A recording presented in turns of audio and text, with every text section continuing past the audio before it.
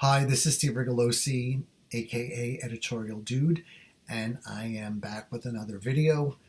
And today's topic is one to which I've alluded frequently, and that is the need for you to keep your manuscripts of a reasonable length that is appropriate for your readership and the marketplace. Editors can certainly help you in terms of managing your length, but there are a lot of things that you as a writer can do to make your manuscript as tight as possible before an editor even gets his or her hands on it. So what I'd like to offer today are some tips, and I will sort of mix up tips for both fiction and nonfiction. I like to keep my feet in both worlds. Both are fun and challenging in different ways. So take from these tips as you will, and I hope they're helpful. So let's get started.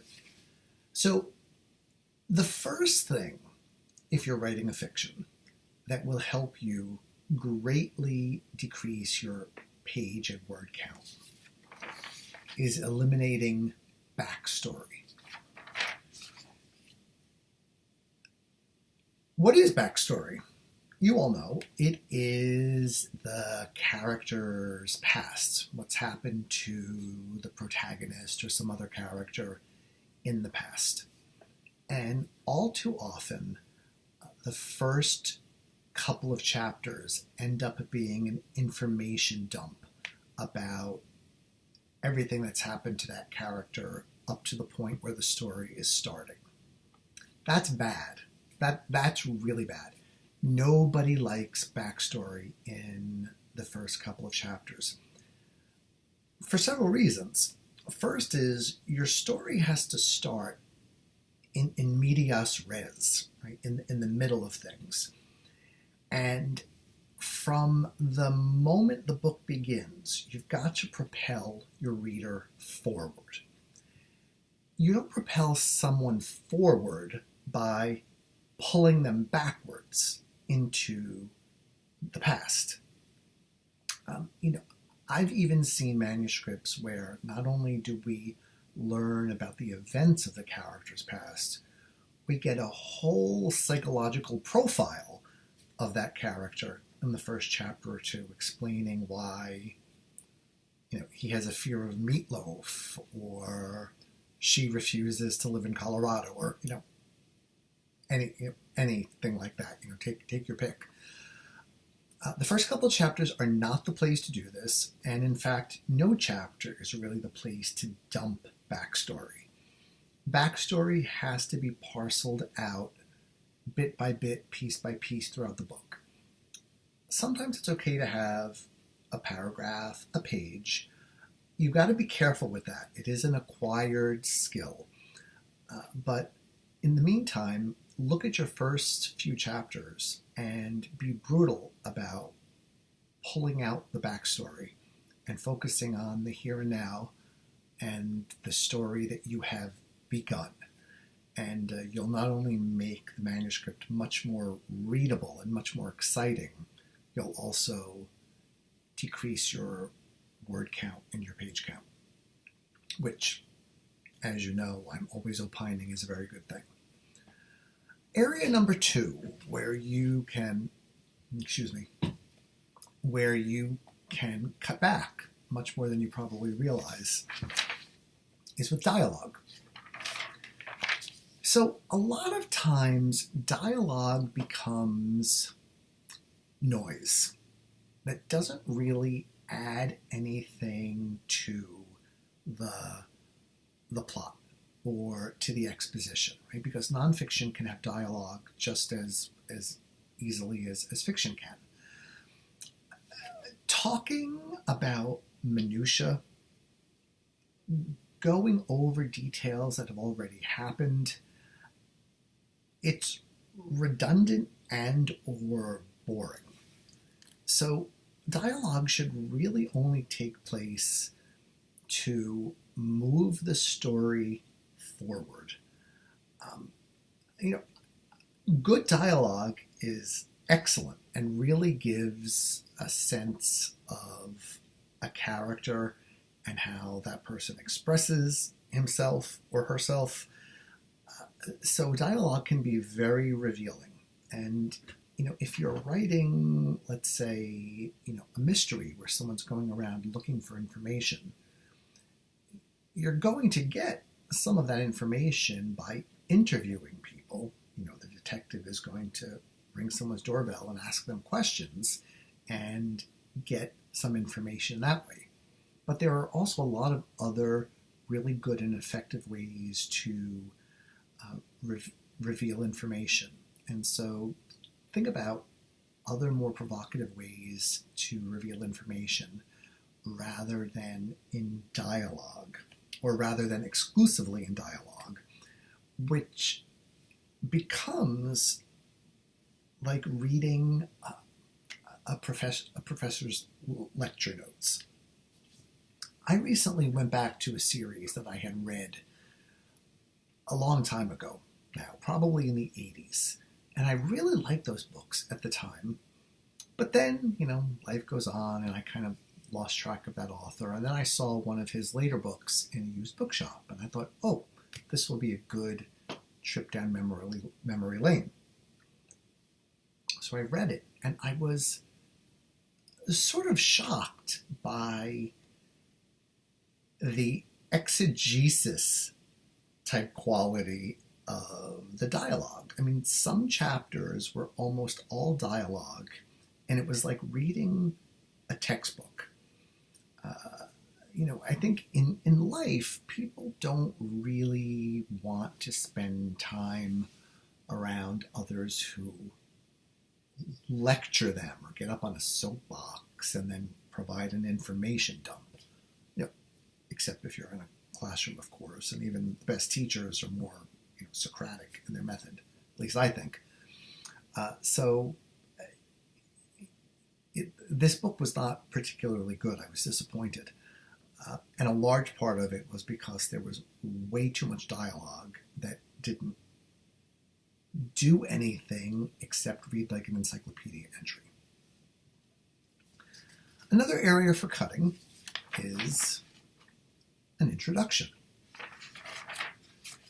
And this probably applies more to nonfiction, but think about an introduction in a social atmosphere. You go to a party, you meet someone, and you say, "This is my friend Bob." You might add another sentence or two. "This is my friend Bob. We've been friends since kindergarten." Or, "This is my friend Cheryl. We met at a convention 10 years ago." That's generally enough information to introduce the person.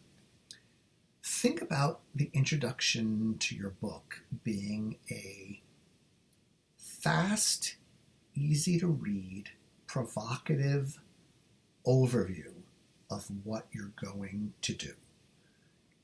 A lot of writers are tempted to summarize their entire book and every major and minor detail in the introduction. That's not what it's for.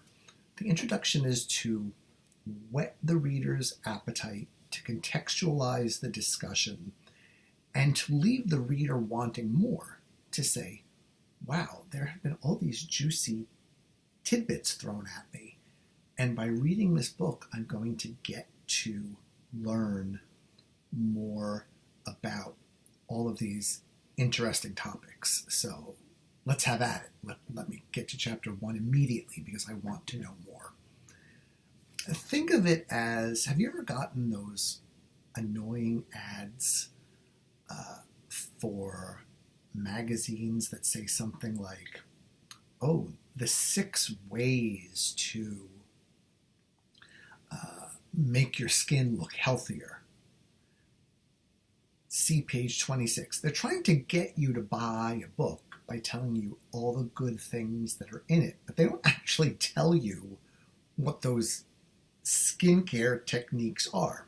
I actually find those advertisements kind of annoying because they seem like such a big tease. I'd like at least some information. But when you do it in a book, the information is there. You don't have to send away for the information that's promised in the introduction.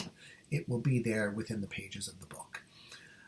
So think 4 to 5 pages max for an introduction. And if it's longer than that, cut away. Point number 4 for cutting your manuscript down to size: description and detail. So it's really important to give the appropriate level of description and detail for what you're writing and who your audience is. I've mentioned in the past, I don't think readers are enamored of extreme levels of detail. Probably the exception to that is these travel type books, where people gush about the Italian landscape and all the different types of Chianti they drank and all the weird mushroom dishes they had at some obscure town in Italy where they wish they could live the rest of their lives.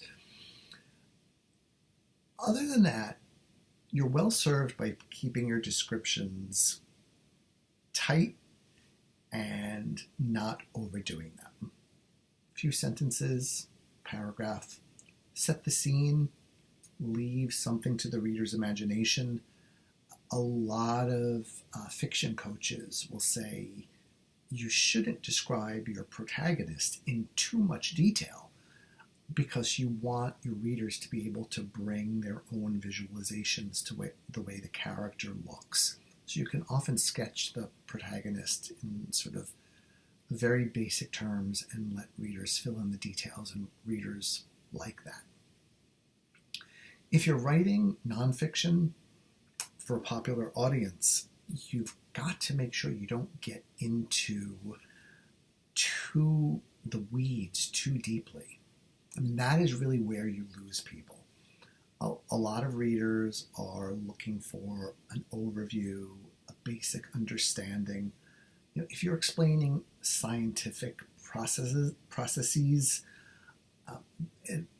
you can just keep going deeper and deeper and further down in terms of explaining how things work. You've got to know when to cut it off, when you've hit the level where readers are starting to zone out. So ask your readers, ask your editor, who will tell you anyway, whether you're going into too much description or too much detail, and then cut those sections out because nobody will miss them. Number 5, a good sentence level line edit. So that's something that your publisher will do for you. Not every acquiring editor will do line editing. Many do, but not all of them do. Sometimes it gets jobbed out to a person like me. But as you're preparing your manuscript for submission, look at every single sentence and see what words you can squeeze out of it. There are very, very few sentences that can't have a couple of words or more removed from them. And there are paragraphs that can have sentences removed. There are pages that can have paragraphs removed because they are redundant or don't add anything. Be pretty ruthless with yourself about reading your own work objectively and stripping a lot of that stuff out. And you'll be amazed. You will think that you have gotten blood from a stone. You've squeezed every word possible out of that manuscript, and then an editor will come along and tighten it even more. But it's good for you to be able to write your own, to be able to edit your own work and really keep length in mind, because behind that, your key goal is to make your readers enjoy the reading experience. And they'll enjoy it more when it's tighter and does not bloviate or go on ad nauseum about things that nobody cares about or wants to read. Number 6, get rid of, cut, greatly diminish the quotidian. And by that I mean the daily, boring details of life that nobody wants to hear about or read about because there's nothing in the least interesting about them. So what are some of these details?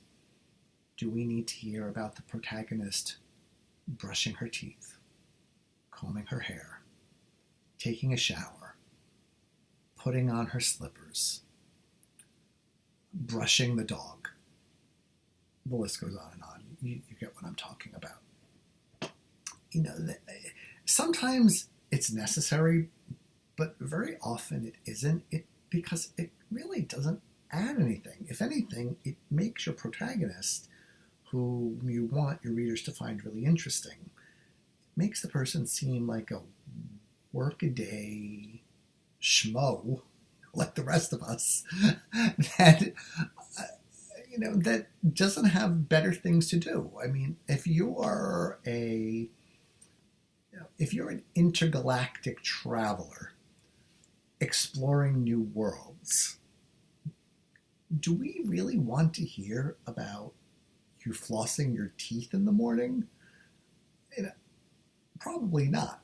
So get rid of that stuff when you can, because it slows the pace and it doesn't delight your readers. It just makes them think, well, that was kind of dull. Okay, last but not least, pet peeve of mine. I hate these so much. And I don't think I'm alone in this. If you agree or disagree with me, please let me know. But please remove dream sequences from your manuscript. Like I said, I can't even tell you how much I hate dreams. In some books, they take a lot of space. And in some books, they're pretty interesting. They're pretty good. They're creative. They're supposed to be revelatory of the character's deepest psychology. But therein lies the problem. There's such an obvious and ham-fisted way of doing symbolic representations of a character's psychology that they seem, like I said, ham-fisted, unsubtle, amateurish. There are many, many better ways to get at a character's psychology than making the character have a different dream every night that points to anxiety, worry, events of the past. And I can only speak for myself. My dreams are so whacked out, they really have no bearing, as far as I can tell, on anything that I'm thinking about or worried about. I mean, or even things that are in my consciousness. I'll dream about things that I couldn't care less about, like the British royal family. I had a dream about them a few weeks ago. I think it's quite rare for what's going on in a person's mind to appear so closely in a dream that it seems fraudulent to me and odd and weird. So all of you who've written dream sequences, please don't hate me for saying this. But they could take up a lot of pages in some books. I just read a book where there had to be 7 or 8 dreams. And by the time I got to the third one, I was like, oh God, not another dream. Please, heaven, spare me from another dream. But heaven did not spare me, because there were half a dozen more after that. And that book was too long by about 25 pages. And if all those dreams had been cut out, it would have only been too long by 10 pages. Okay, off soapbox. So as with all my other videos, I like to end with a recommendation for an author. And today I'm going to go back into the files. To someone whose heyday was a number of decades ago. But I bring him up because I think he wrote two of the greatest horror novels ever written and published. And you don't hear much about him these days. But these two books are amazing. So brilliant. And I have such great respect for them because they've got that literary quality that makes them enduring with these utterly creepy stories that you will never forget. So some of his later books were not as good or were not as effective as these, but these first two were dynamite. So the man I'm talking about is Thomas Tryon, and this was his first book called The Other, about a pair of very, very creepy twins with some quasi-psychic abilities. And A, it's very creepy. B, it's beautifully written.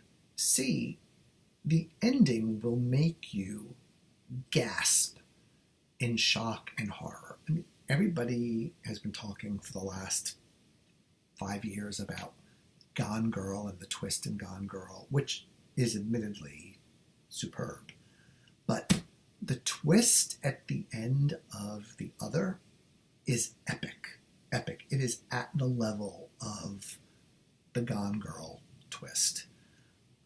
And so brilliant because it was there all along and you just don't see it coming.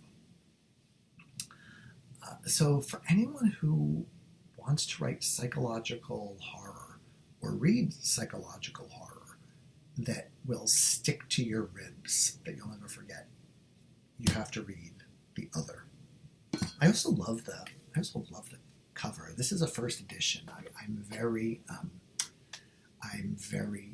I love owning this because I bought it, way back when it was first published. And there's the back cover, not that you can see.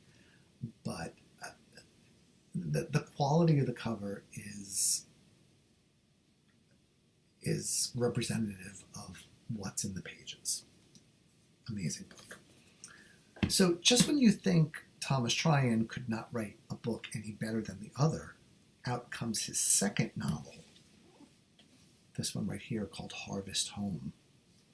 What I find interesting about horror, which I am a big fan of, not gory horror so much as psychological horror.